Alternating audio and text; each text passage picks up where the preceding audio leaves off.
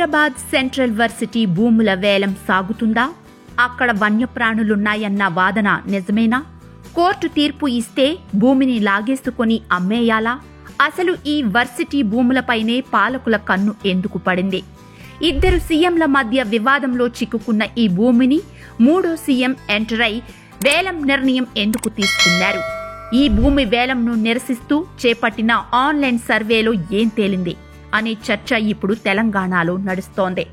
Hyderabad central university స్థలాలు లాక్కోవడం ఈనాటిది కాదు.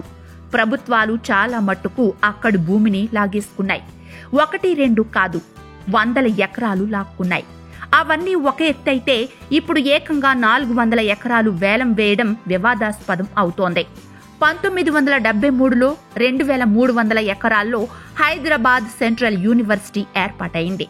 చంద్రబాబు హయాంలో 2001లో గచ్చిబౌలి స్టేడియం నిర్మాణం కోసం హెచ్సియుకి చెందిన 2300 ఎకరాల్లో నుంచి 40 ఎకరాలు తీసుకున్నారు. స్పోర్ట్స్ యూనివర్సిటీ ఏర్పాటు కోసం ఐఎంజీ భారత్ అనే సంస్థతో ఒప్పందం చేసుకుని హెచ్సియు ల్యాండ్లో నుంచి మరో 400 ఎకరాలు కేటాయించారు. ఈ 400 ఎకరాల కేటాయింపును నిరసిస్తూ అప్పట్లో విద్యార్థులు ఆందోళన చేశారు. దీంతో గోపన్పల్లి పరిధిలో ప్రత్యామ్నాయంగా 400 ఎకరాలు కేటాయించారు. గోపన్పల్లిలో కేటాయించిన 400 ఎకరాల నుంచి Telangana institute of fundamental research, Animal biotechnology research కోసం 250 ఎకరాలు కేటాయించారు. ఇదే భూమిలో టీఎన్జీఓ కాలనీల కోసం రోడ్డు నిర్మాణం చేపట్టారు. స్పోర్ట్స్ యూనివర్సిటీ కోసం ఐఎంజీ భారత్తో చేసుకున్న ఒప్పందాన్ని రాజశేఖర్ రెడ్డి హయాంలో ఉన్న ప్రభుత్వం టెండర్లను రద్దు చేసింది. టెండర్లలో అక్రమాలు జరిగాయని అప్పటి ప్రభుత్వం చెప్పింది. దీంతో ఐఎంజీ భారత్ సంస్థ కోర్టును ఆశ్రయించింది. దీనిపై తాజా కోర్టు తీర్పు వచ్చింది. టెండర్లు రద్దు చేయడం సరైందే అని, ఆ 400 ఎకరాలు ప్రభుత్వం వెనక్కి తీసుకోవాలని కోర్టు ఆదేశించింది. ఇప్పుడు ఈ 400 ఎకరాలను వేలం వేసేందుకే రేవంత్ ప్రభుత్వం చదును చేస్తోంది. దీంతో మరోసారి హెచ్సియులో ఆందోళనలు చెలరేగాయి. ప్రభుత్వ రికార్డుల్లో అది అటవీ ప్రాంతంగా నమోదు కాకపోయినప్పటికీ సుప్రీంకోర్టు తీర్పు ప్రకారం చెట్లు, పక్షులు ఉన్న ప్రాంతాన్ని అటవీ ప్రాంతంగా పరిగణించాల్సి ఉందని కొందరు న్యాయవాదులు పేర్కొన్నారు.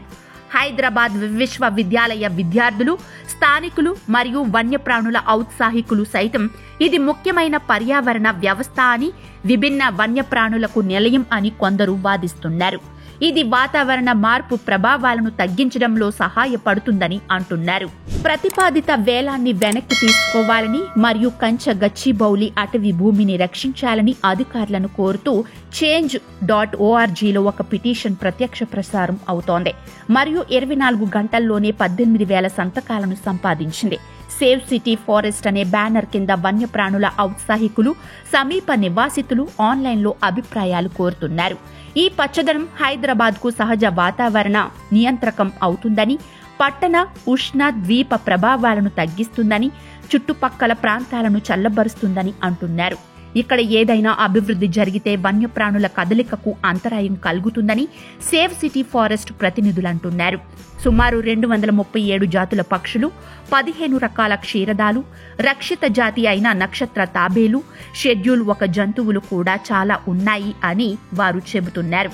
తమ క్యాంపస్లో అంతర్భాగంగా ఉందని చెప్పుకునే భూమిని కాపాడుకోవడానికి హెచ్సియు విద్యార్థులు కూడా నిరసనకు సిద్ధమవుతున్నారు. విశ్వవిద్యాలయ హైదరాబాద్ విద్యార్థి సంఘం నేతలు మాట్లాడుతూ విశ్వవిద్యాలయ భూమిని ప్రభుత్వాలు ఎన్నో సంస్థలకు కేటాయించామని అంటున్నారు. IIIT campus, Gachibowli stadium, HCU bus depot, ఒక పవర్ స్టేషన్, ఒక పాఠశాల మరియు షూటింగ్ రేంజ్ వంటి వివిధ ప్రయోజనాల కోసం ఈ భూమిని తీసుకున్నాయని అన్నారు.